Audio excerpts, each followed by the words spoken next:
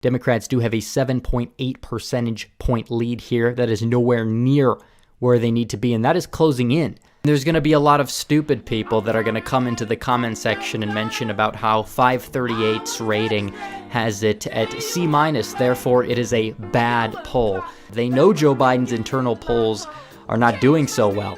Ladies and gentlemen, we got him.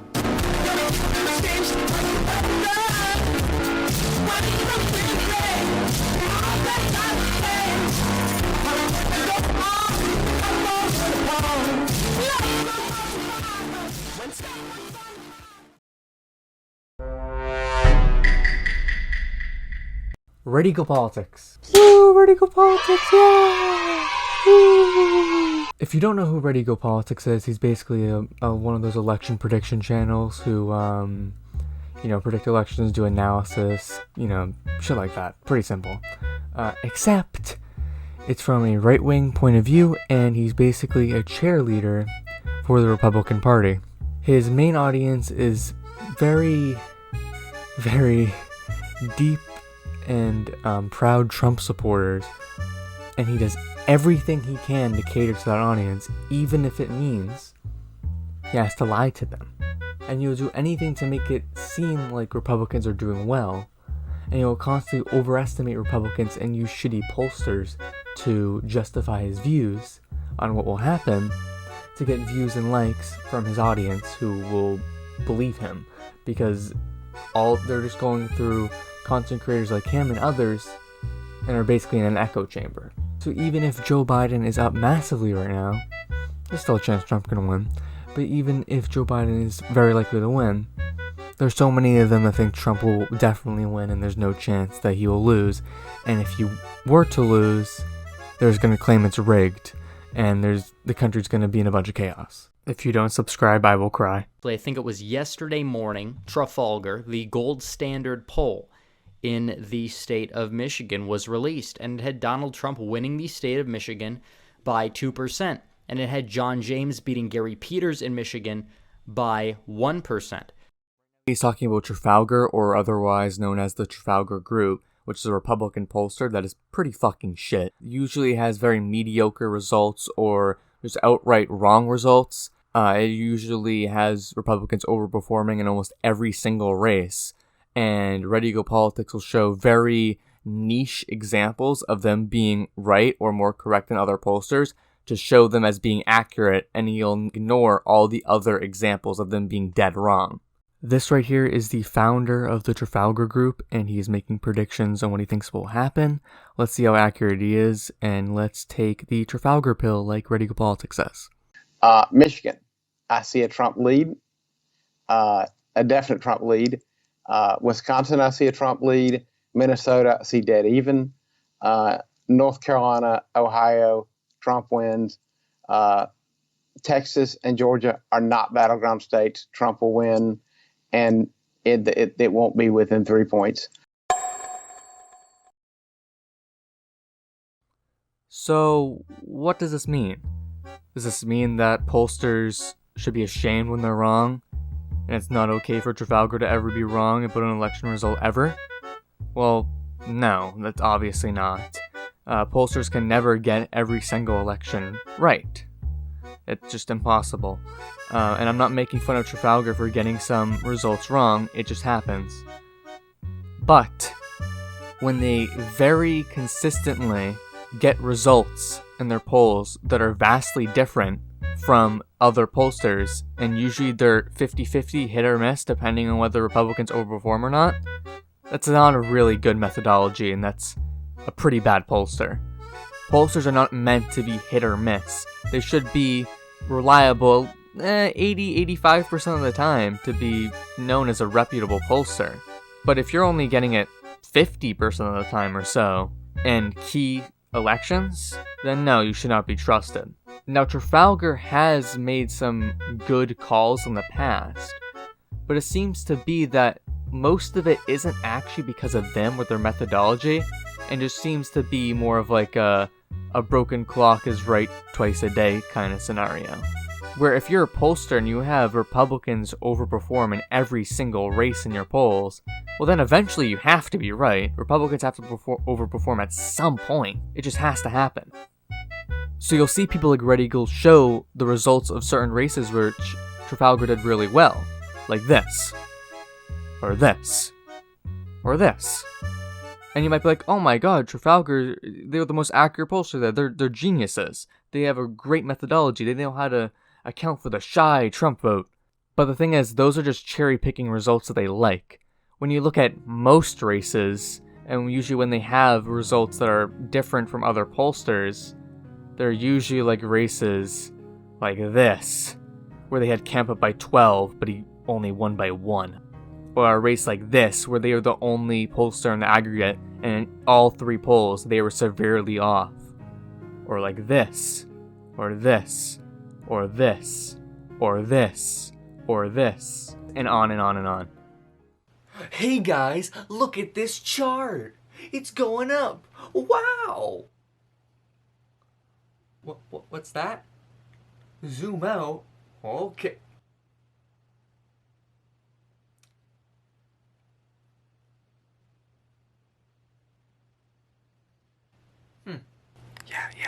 So basically what the point of that was is to show you that how easily things can be misinterpreted and how you can crop things to pull a different narrative and pull a trick on the people watching you, and that's very relevant of what we're going to be talking about right now, okay?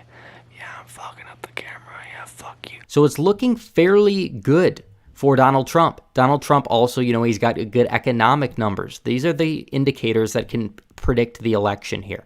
Donald Trump is also having a slight increase in his approval rating surrounding the coronavirus.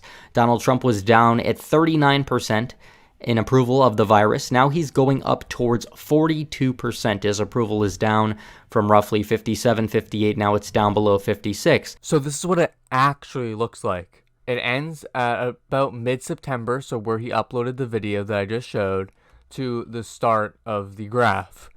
Not just a 2-month period.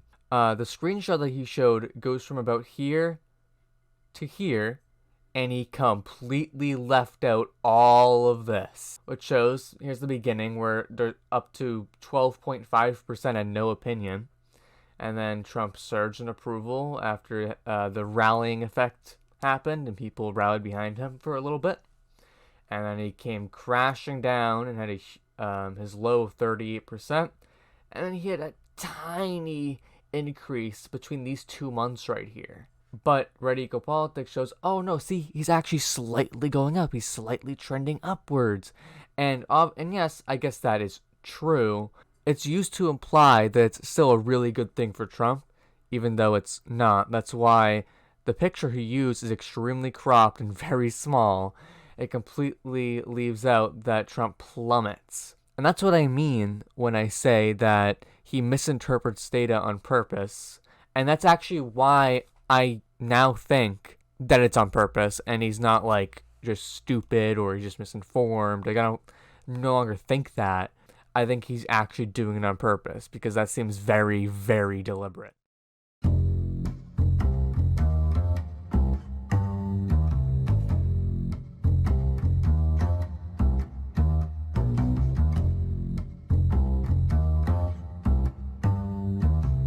Biden calls a lid for in-person events. We're single digits until Election Day. Biden has called a lid for in-person events. Now, I don't believe this is a lid between now and Election Day, but it just shows Biden is not putting his heart and soul into this election. He's not putting time in. He's not putting energy in.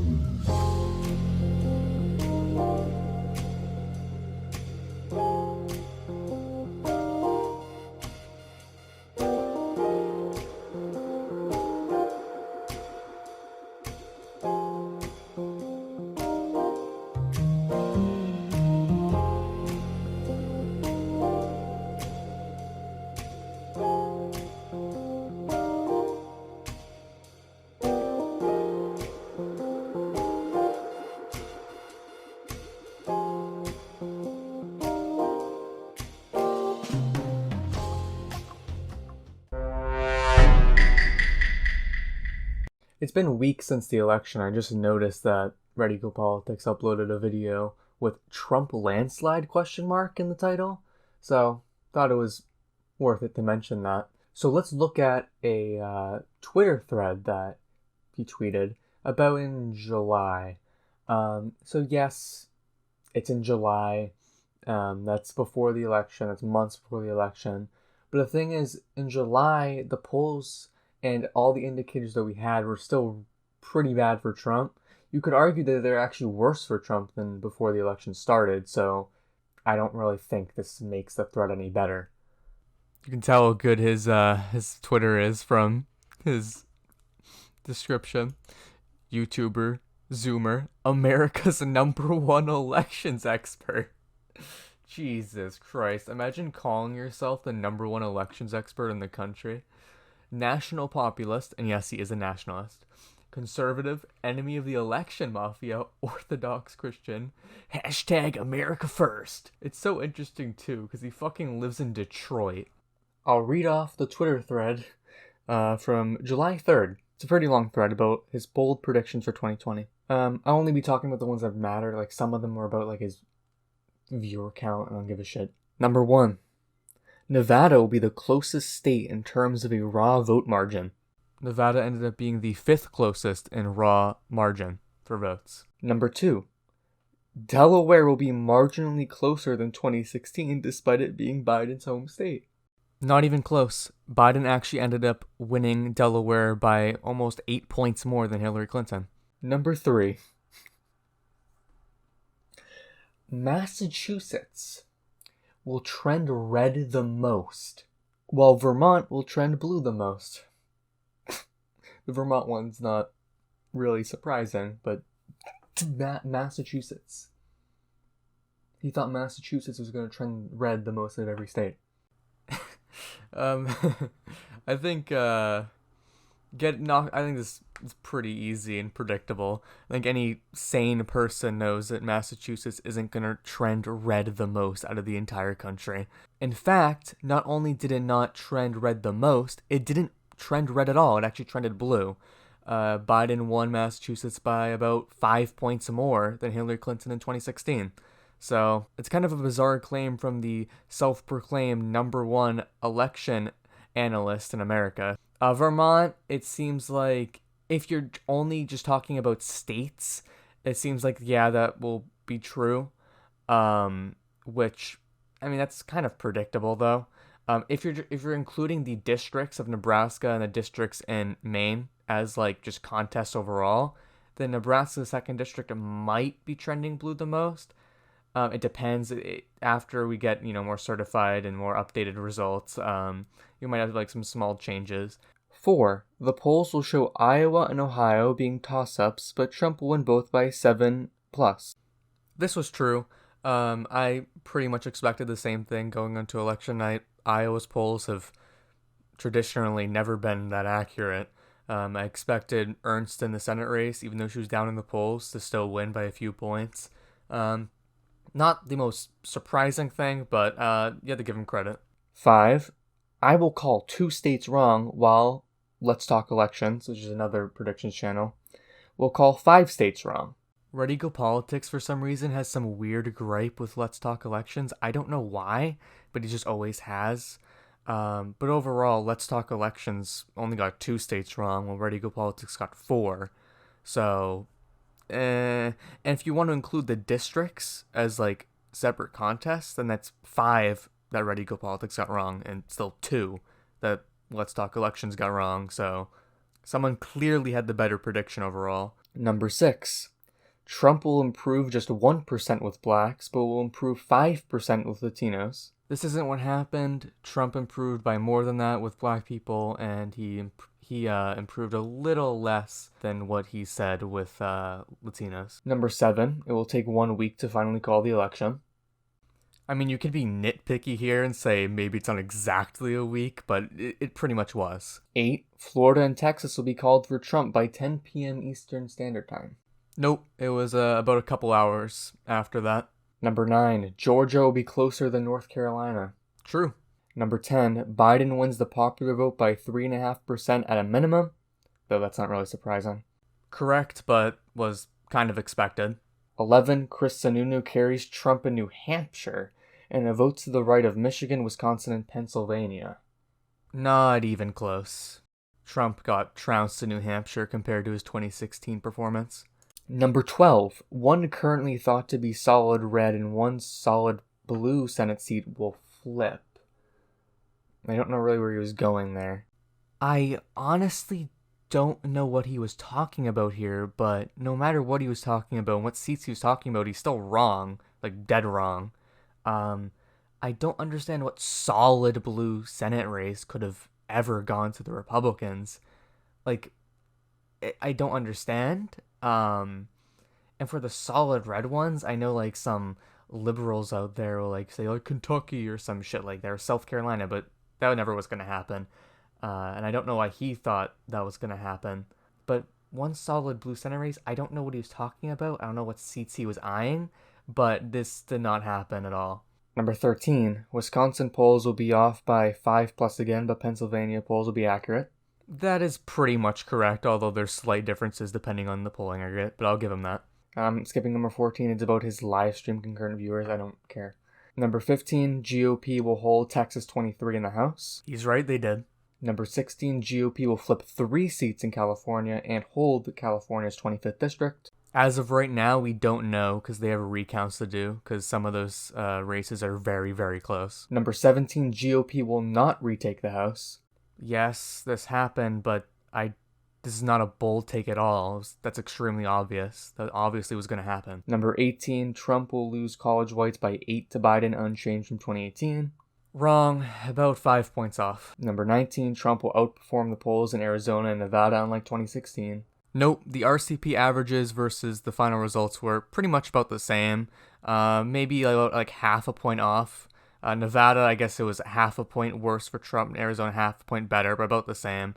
I'm not counting half a point better as overperforming, just like I'm not counting half a point worse as underperforming. That's ridiculous. Number 20, Trump cracks 35% in California and does better in California than New York. He's wrong on both of those. Trump did not crack 35% in California this time around, and he did a lot better in New York than California, not the other way around. He got about 34% of the vote in California and 42% in New York, so I don't know what he's talking about and why this was even a prediction at all. It was based on nothing and just stupid. Absolutely fucking delusional. If you're really nice to him in that list, he gets maybe about half of it right, but some of those are like obvious. And also, if you're an elections predictions channel and you get half of your predictions right, especially when you're confident enough to go out and say shit like that, that's really bad. You're not trustworthy.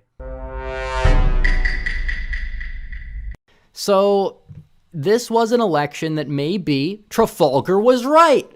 Maybe Susquehanna was right. If Donald Trump wins the state of Michigan, I do not want to hear a word of criticism against Trafalgar ever again because they would have proven themselves. What happened to your Monmouth Biden +6? Get out of here. These people are the same people that call us morons all day, and we end up getting it right and they end up getting it wrong, and we're going to have some fun with them if Trump does pull it off.